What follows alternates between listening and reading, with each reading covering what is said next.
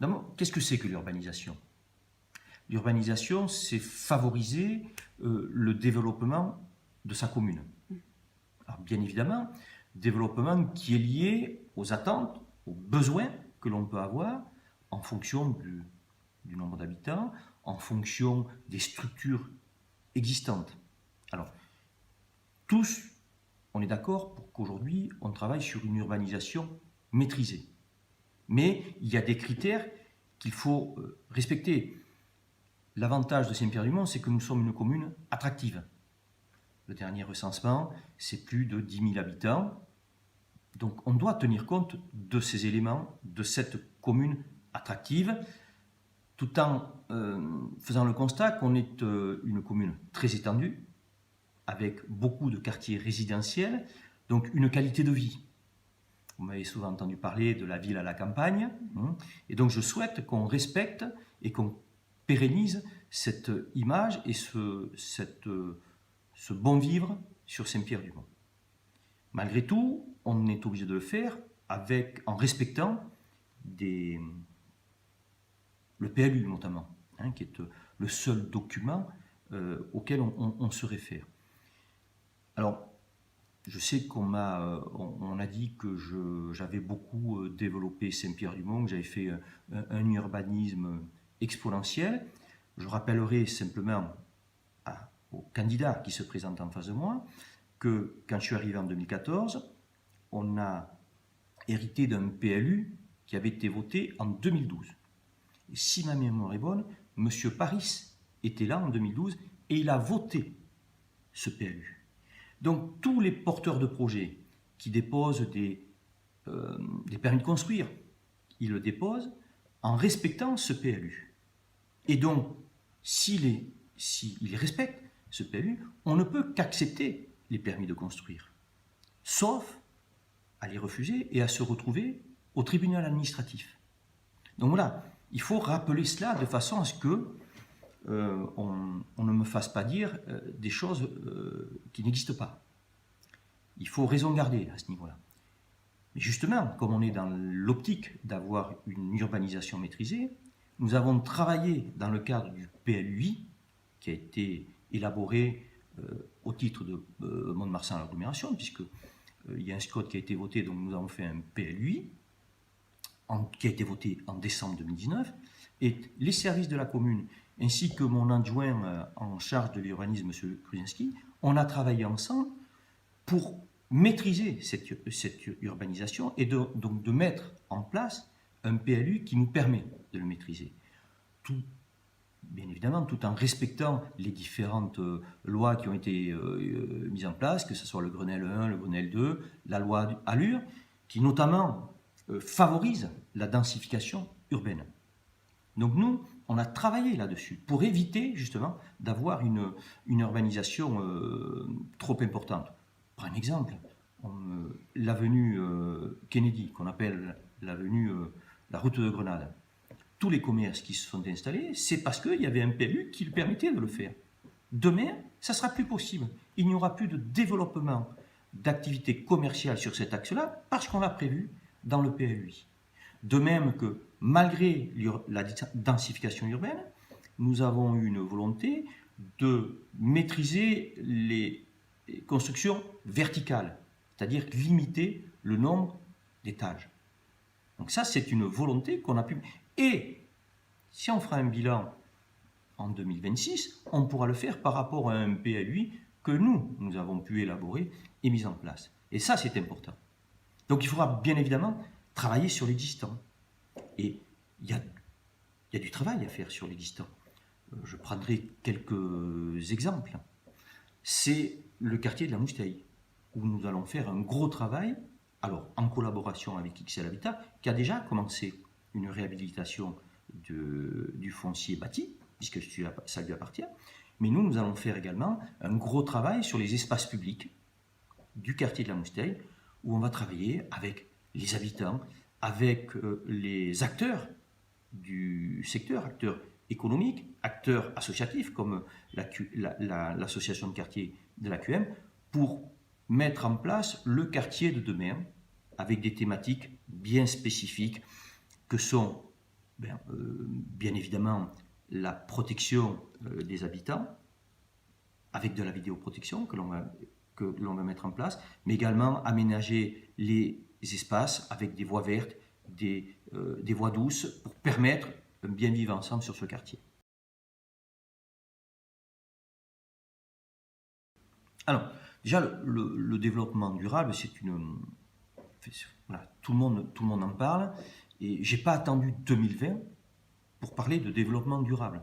Depuis 2014, nous avons mis en place des actions pour ce développement durable. Alors déjà, qu'est-ce que c'est ça aussi? Qu'est-ce que c'est là aussi le développement durable? C'est permettre de travailler sur l'existant en préservant les générations futures et les contraintes que l'on peut avoir aujourd'hui. Mais c'est à la fois de la solidarité, c'est à la fois de l'environnement.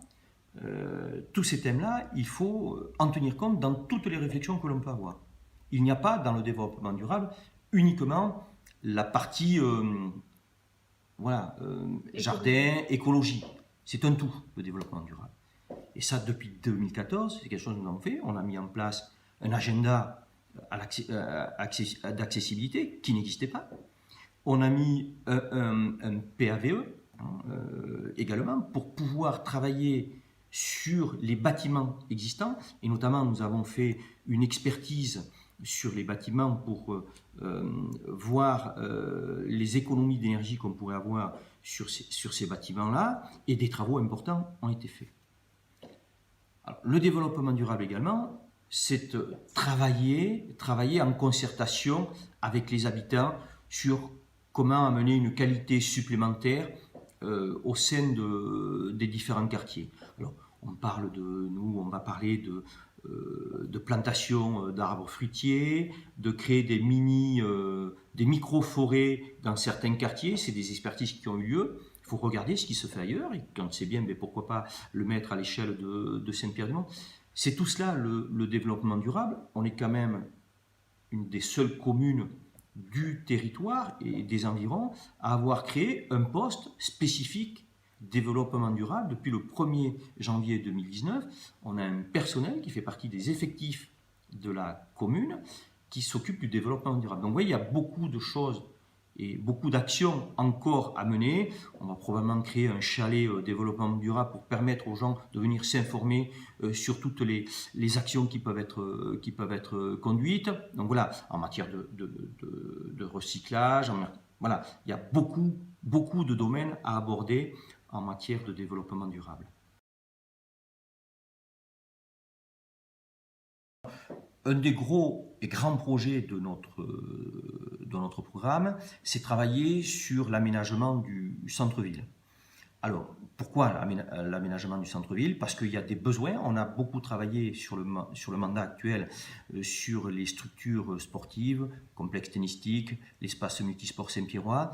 On a l'avantage sur notre commune de Saint-Pierre-du-Mont d'avoir un tissu associatif riche, mais qui a des attentes lui aussi en matière d'équipement. Donc il faut que l'on travaille là-dessus. On a des bâtiments qui sont obsolètes, qui ont 40 ans, qui ne sont plus conformes aux normes énergétiques, mais également qui ne sont plus fonctionnels pour les besoins des différentes associations. Donc on va travailler là-dessus, sur la construction d'un bâtiment associatif qui pourrait également être une salle des fêtes que nous n'avons pas aujourd'hui sur Saint-Pierre-du-Mont. Mais je veux qu'on travaille beaucoup également au niveau du centre-ville sur l'intergénérationnel. On a un EHPAD, une école à proximité. Je crois qu'il y a du travail à faire en matière intergénérationnelle à ce niveau-là. Ça permettra d'avoir une cour d'école un peu plus adaptée aux besoins d'aujourd'hui et moins bitumée qu'elle ne l'est aujourd'hui. Et donc, de pouvoir permettre également ce lien intergénérationnel. Ça passe aussi par la réflexion d'une résidence accessible aux seniors, parce qu'on a une demande de personnes qui veulent habiter le centre-ville, parce qu'il y a tous les services de proximité. Mais ça passe également par du numérique. On va travailler beaucoup sur le numérique, et notamment sur des différents points d'accès numérique dans les différents quartiers et travailler sur la formation. Et nous avons déjà créé des liens avec une association saint-pierroise pour permettre à mettre en place de la formation sur le numérique.